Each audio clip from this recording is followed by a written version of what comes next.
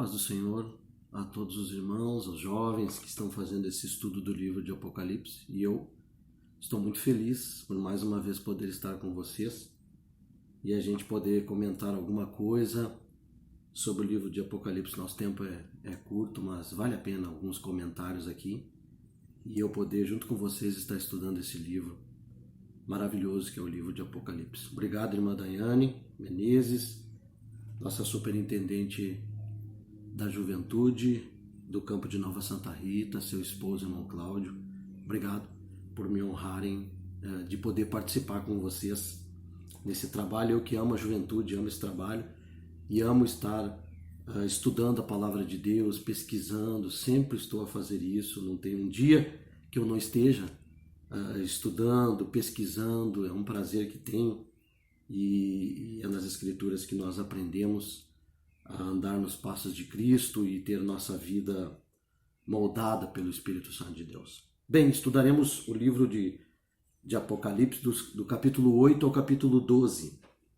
E, meus queridos irmãos, a nossa introdução do livro de Apocalipse, ela certamente estará por outros irmãos também que vão comentar aqui, mas eu quero trazer para os irmãos o fato de que o livro de Apocalipse contém a última mensagem de Jesus à igreja, essa mensagem referente à sua volta, porque ele diz em Apocalipse 22:20, né, a parte do versículo diz assim, ó, certamente venho sem demora. Então o livro de Apocalipse ele em especial um anúncio de que Cristo voltará buscar a sua igreja, meus irmãos. Isso é muito importante. E aqui para a gente memorizar uma frase muito importante, né, ter isso na nossa memória, que os evangelhos nos ensinam a crer em Jesus, as epístolas nos ensinam a amar e o livro de Apocalipse, a revelação do Senhor Jesus Cristo nos ensina a esperar a sua volta. Amém? Nós estudaremos no período da grande tribulação, ou seja, logo após o arrebatamento da igreja e antes da vinda dele em glória, que virá sobre Jerusalém. Então nós estudaremos no período da grande tribulação. Começaremos no capítulo 8, e no nosso capítulo 8, meus irmãos, o Cordeiro abre o último selo, o sétimo selo, então é aberto, onde contém as 7 trombetas, né? E o livro fica totalmente aberto com a abertura do sétimo selo, o qual introduz as 7 trombetas de juízo que predominarão no capítulo 8. Então a última trombeta vai dar lugar a 7 taças, as quais encerram os juízos mais severos sobre a terra. Começamos ali com onde João fala que há meia hora de silêncio no céu. Quando o Cordeiro abriu o sétimo selo, houve silêncio no céu, cerca de meia hora, no versículo 1.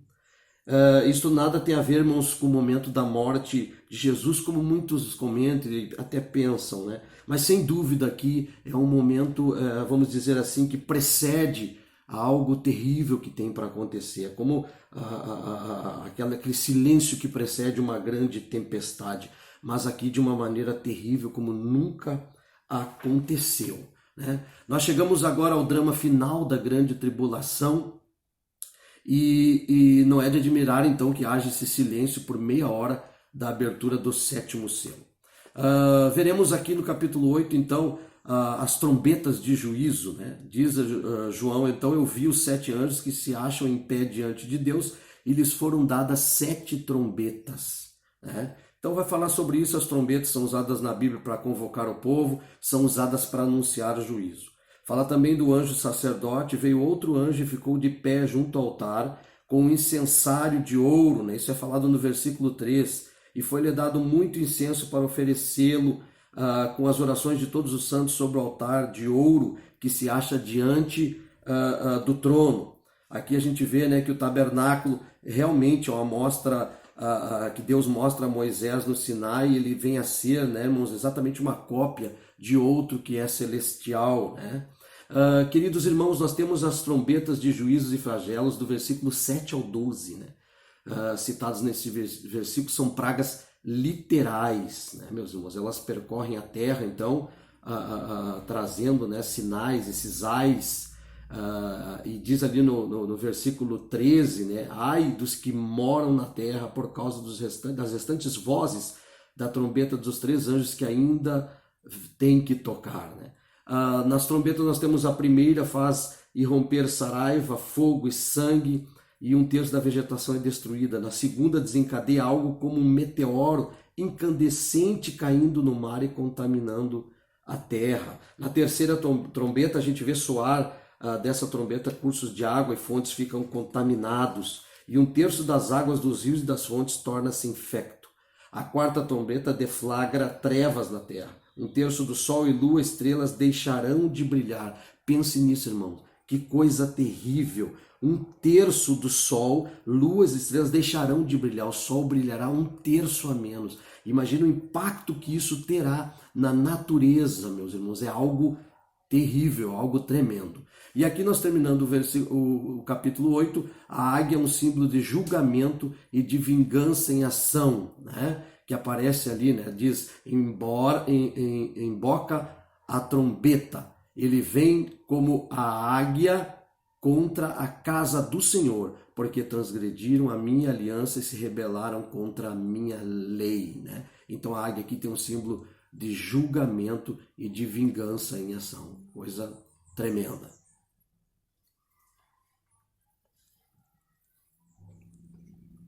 Apocalipse capítulo 9, ele vai dar a continuação à sequência das trombetas de juízo que nós estamos vendo.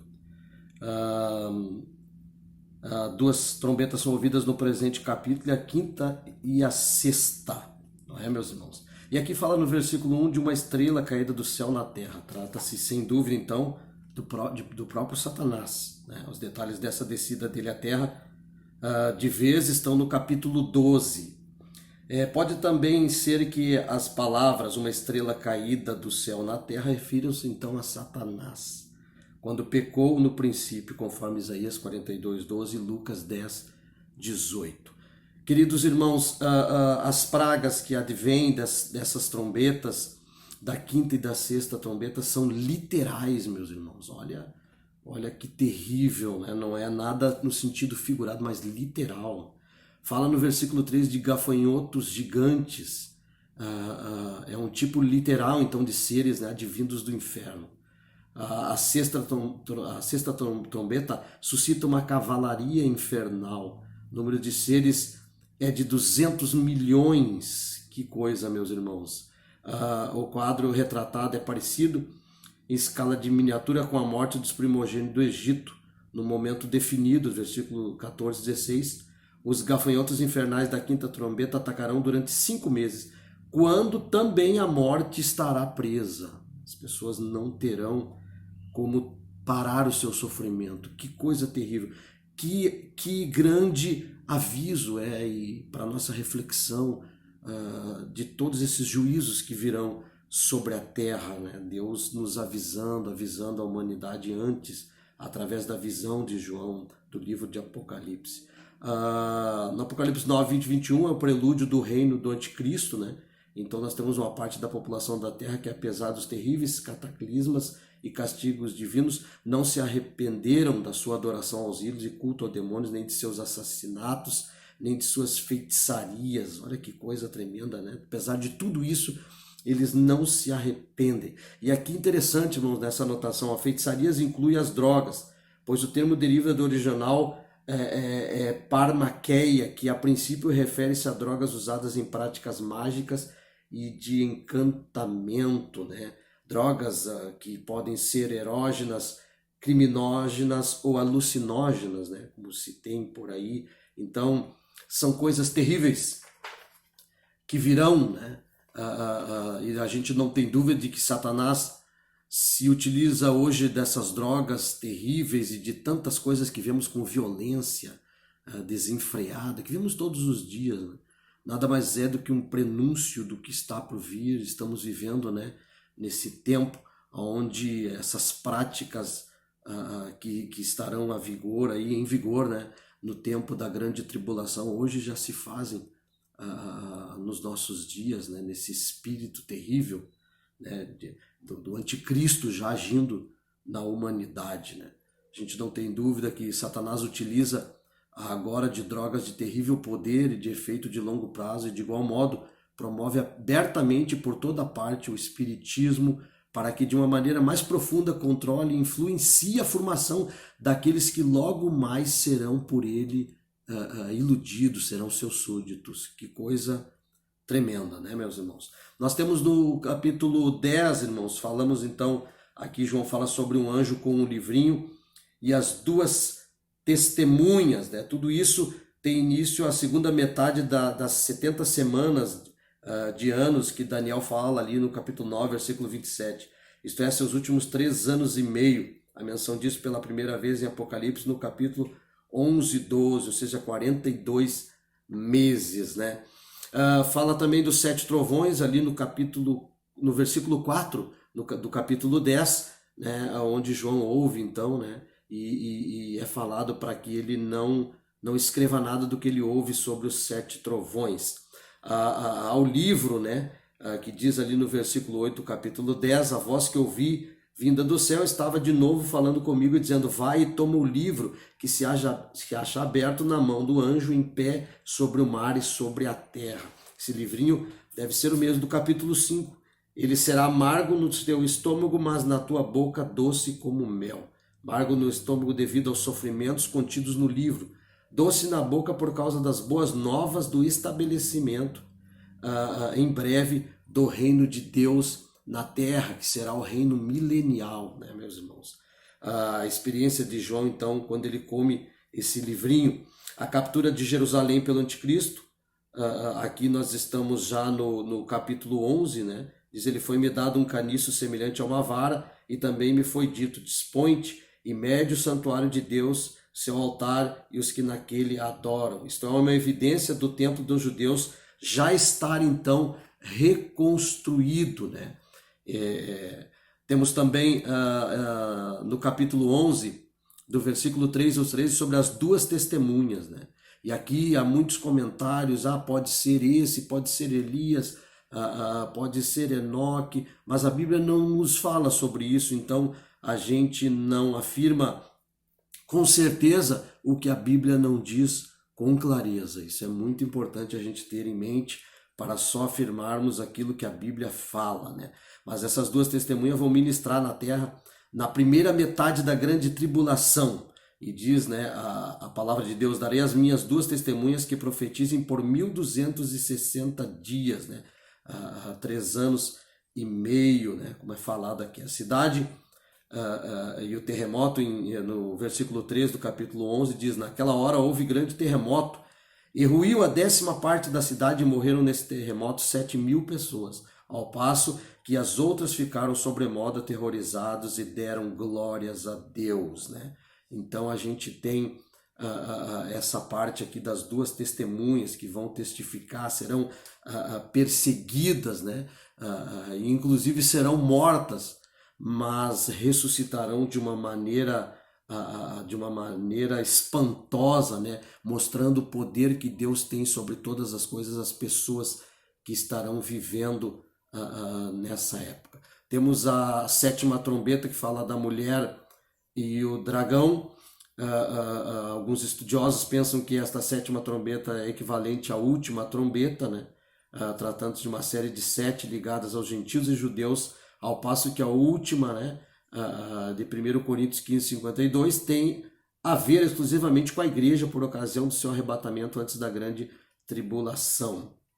Então, a gente voltando aqui à 7ª trombeta, nós vemos no versículo 18 as nações amotinadas, o milênio até o seu final, a ressurreição dos mortos ímpios e o julgamento do grande trono branco. O versículo 19 não pertence propriamente ao capítulo 11, né, mas ao 12. Entretanto, a gente pode falar alguma coisa sobre ele, né? Como diz aqui, abriu-se então o santuário de Deus que se acha no céu, e foi vista a arca da aliança no seu santuário, sobrevieram relâmpagos, vozes, trovões, terremoto e grande saraiva, né? Então fala sobre isso aí. Amém, meus irmãos?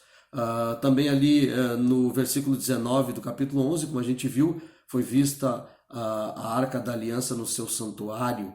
Aqui no caso, muitos dizem que pode ser, né, comentam que pode ser até a própria Arca da Aliança, ali de Moisés que foi feito, mas a gente sabe que aquilo tudo era uma cópia do que existia do céu, né? Então provavelmente isso não é. E aqui termina o nosso capítulo 11 e damos início então ao capítulo 12 do nosso livro de Apocalipse, que vai falar então da mulher vestida do sol e o dragão devorador.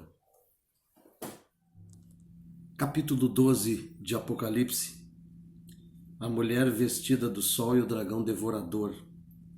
No versículo 1 do capítulo 12 diz: viu-se grande sinal no céu. Trata então aqui de sinal. Isso é um símbolo, né? Na realidade, a mulher é um símbolo de Israel. Miguel é o anjo que luta por Israel, e o grande dragão vermelho, o diabo, né? Satanás. O dragão, no versículo 3, o dragão com 7 cabeças, fala da sua plenitude de astúcias. 10 chifres representam seu imenso poderio, 7 diademas o seu domínio. O dragão era vermelho, a cor do sangue e do fogo. Isso indica, como sabemos, que ele é o provocador de mortes, guerras, intrigas, contendas e de tensões individuais e coletivas, né?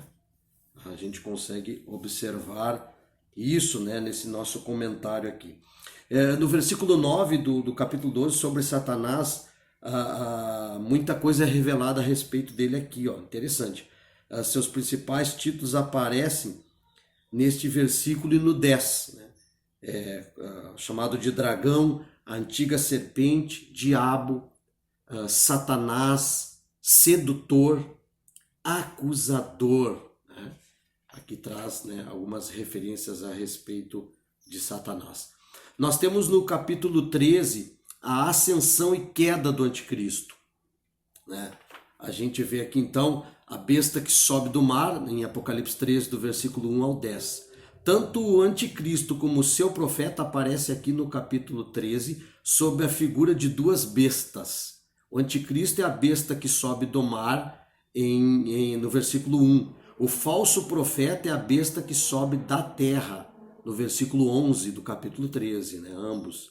O anticristo é assim chamado por 2 razões. Olha só, irmãos, ele se opõe a Cristo no sentido de lhe resistir e hostilizar, mas também é assim chamado porque procura imitar a Cristo como Salvador da humanidade. Então há alguma coisa aqui muito importante. Ele não verá-se com o nome, né, dizendo eu sou o anticristo, né? Mas as atitudes, o que ele vai fazer, vai determinar a pessoa dele, vai colocar ele nessa postura, né, ante o cristianismo, ante Cristo, ante tudo o que Jesus é e que Jesus pregou, né? Coisa tremenda. Uma besta, né, diz aqui no versículo 1, a palavra usada no original indica animal selvagem.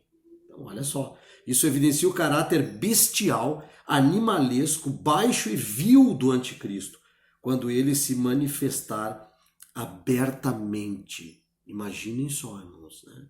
O que espera para esse mundo? O que espera para um mundo sem Deus, né? Hoje a gente vive no tempo da graça, hoje a gente pode tomar nossa decisão, né, de seguir ao Senhor, de poder ter esse grande privilégio de ser arrebatado com Ele na vinda do Senhor Jesus. Que sirva nesse estudo para a gente pensar, né? Para a gente saber como Deus é amoroso, que abre uma porta maravilhosa para que a gente não passe por tudo isso, porque não é o desejo de Deus que a gente venha cair nas mãos do anticristo, né, do falso profeta, dessas bestas, né, terríveis, sem piedade sobre a humanidade. E deu-lhe o dragão o seu poder, no versículo 2. Assim temos no início do capítulo a revelação de uma trindade satânica. Olha só, operando naquele tempo. O dragão que procura imitar a Deus, a besta que imita o Senhor Jesus e o falso profeta, que é a segunda besta, que imita o Espírito Santo.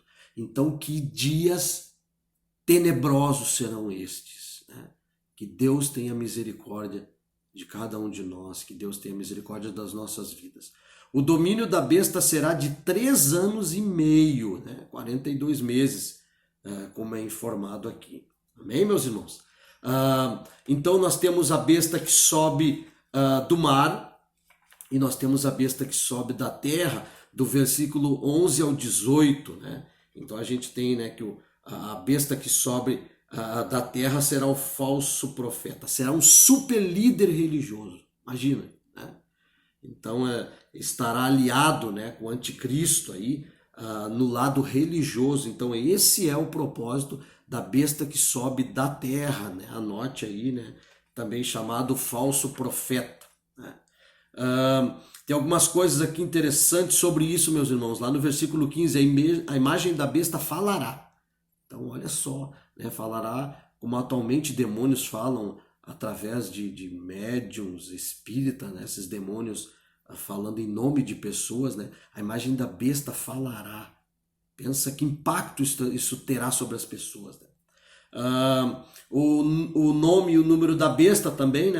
A besta não será o diabo. E isso aqui é uma coisa muito interessante. A besta não será o diabo, nem um homem ressuscitado, mas o homem natural daqueles dias, personificando o diabo, né? 3 características são ditas dessa figura no versículo 17. Sua marca, seu nome e seu número. O número dele que será 666, né?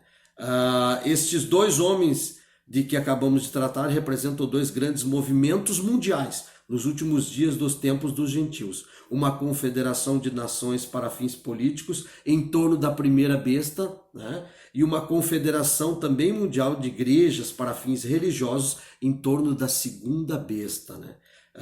Observando com atenção a profecia, vemos que o tempo dos gentios começaram com a adoração compulsória de uma imagem idolátrica, né? Daniel 3 fala sobre isso aí, e findará como acabamos de ver, né? Que tempo difícil, que tempo terrível, mas devemos pensar, devemos analisar, está aqui para isso, né? Não está aqui para que a gente tema todas essas coisas terríveis, venha ficar com medo, mas sim para a gente saber que Deus é poderoso, Ele cumpre o que Ele fala, e devemos temer, aí sim, a ira de Deus, né? Deus é justo, Deus é amoroso, mas Deus também é juízo, e tudo que o homem fizer, ele terá que dar conta, né? A Bíblia diz ali em Gálatas que 6, 7, que tudo que o homem semear, ele vai colher. E essa época será uma época de colheita. Que Deus tenha misericórdia de nós. Mais uma vez, meu agradecimento. Sou o presbítero Volmir Machado. Obrigado aos irmãos, a todos vocês que me ouviram. Que Deus abençoe nós, e Jesus está voltando. Breve Jesus voltará. Busque a Ele, ore, né? Peça ao Espírito Santo de Deus na tua vida, que Ele venha sobre você, que você seja a diferença, né? Que você possa fazer a diferença nesses últimos dias, pregar esse evangelho, porque estamos no tempo da graça, mas breve essa porta vai fechar. Meu Deus, que a gente possa, todos que conheçamos, parentes, amigos, até os nossos irmãos, jovens que estão conosco, né? Falarmos com eles, aconselharmos, olha, que a gente venha a ter, né, todo o cuidado para que não venhamos perder a nossa salvação e tenhamos que enfrentar períodos terríveis aonde o Espírito Santo não estará agindo mais agora num tempo de graça como age hoje em nossas vidas. Que Deus os abençoe, espero estar com vocês em vários projetos e talvez, né, futuramente, pessoalmente com vocês, aí a gente tem muito mais tempo. Obrigado pela paciência, que Deus abençoe vocês e digo com todos, né? Ora vem, Senhor Jesus. Deus os abençoe.